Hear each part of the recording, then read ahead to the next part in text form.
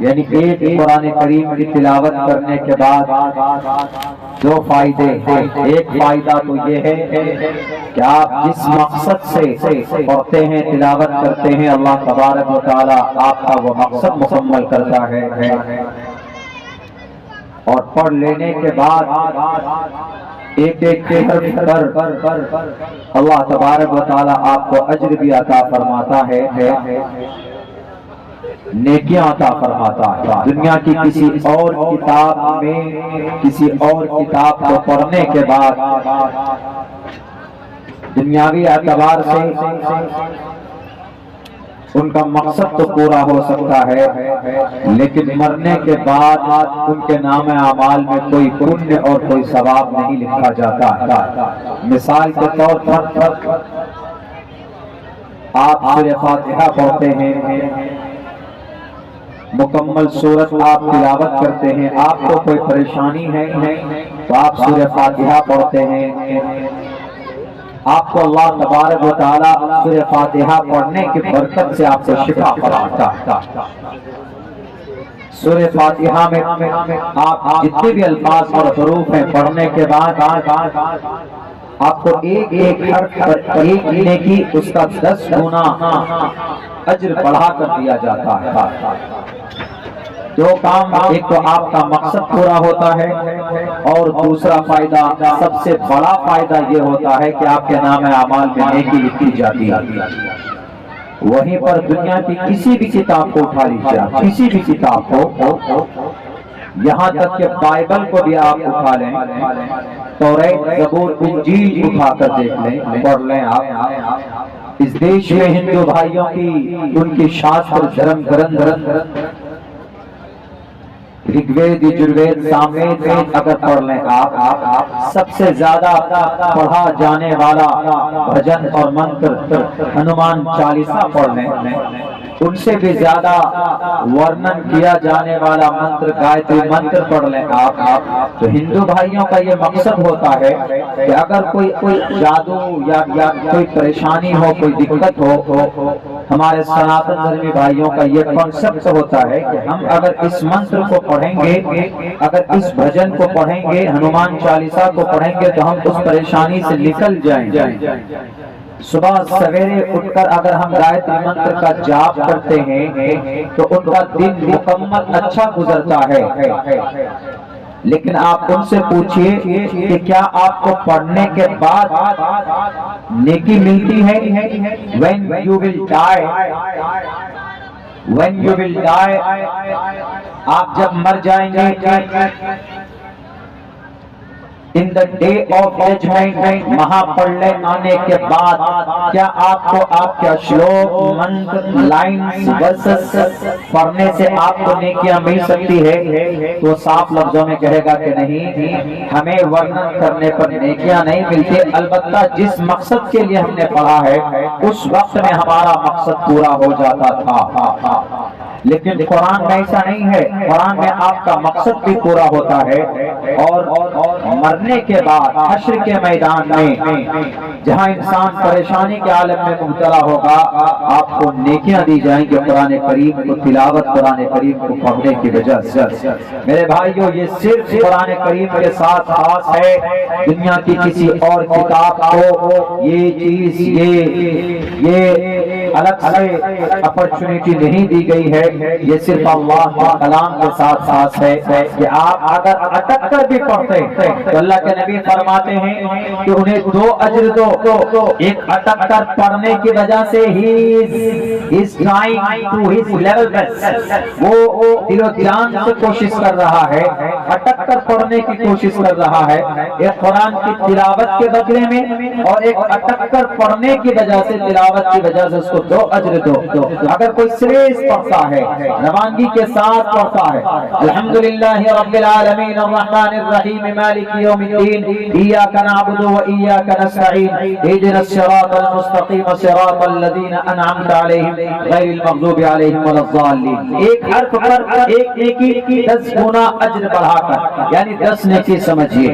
لیکن اگر کوئی ایسے پڑھتا ہے الحمدللہ رب العالمین العالمین اٹک کر یعنی اس کو پورے مکمل سورہ فاتحہ تلاوت کرنے میں 5 منٹ لگ جاتا ہے، 5 منٹ اسپینڈ ہوتا ہے اس کا، تو اللہ کے نبی فرماتے ہیں کہ اس کو ڈبل اجر دو۔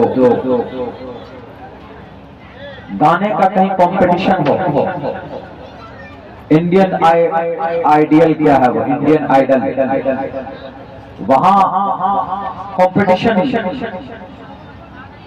کافی اس سے بچے جاتے ہیں پورے دیش سے، اگر مائک لے کر وہ گانا ٹو سنگ اے سانگ، کوئی گانا گانے لگے اس میں اٹک جائے تو اس کو فوراً کیا کرتے ہیں، جج اس کو ڈس اپوائنٹڈ کر دیتے ہیں، disqualify, he is not able to participate on this platform فارم، وہ اس پر شریک نہیں ہو سکتا، بیکاز اس لیے کہ اس کو ڈھنگ سے گانا پڑھنا نہیں آ رہا، گانا صحیح سے اٹک رہا ہے، کہیں پر اگر اٹک جائے یا بھول جائے he will be disappointed۔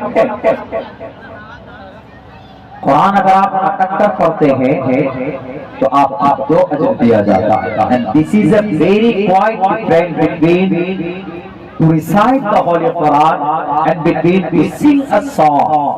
گانے میں گانا سننا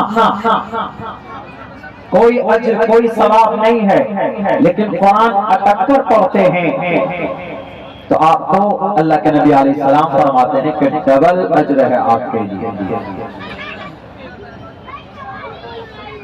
دنیا والوں کو سمجھ میں نہیں آتی ہے یہ بات، وہ اعتراض کرتے ہیں اس قرآن پر، مولانا and this Quran has been sent down 1450 years back to the last Prophet Muhammad sallallahu alayhi wa sallam, and both are دونوں کے دونوں old پرانے ہیں، بہت پرانے ہیں۔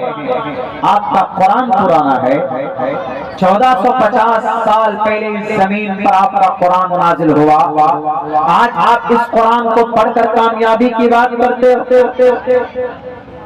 یہ اعتراض ہوتا ہے تو کیا جواب دو گے؟ پڑھے لکھے لوگوں کو سمجھاتے ہیں، وہ بہکلاتے پھسلاتے ہیں۔ سب کے پاس ابھی اینڈرائڈ موبائل ہے، ملٹی میڈیا بہترین، جس میں سیلفی ہو، 4 5 کیمرہ جس میں ہو، جس کی سونی کا لینس جس میں ہو۔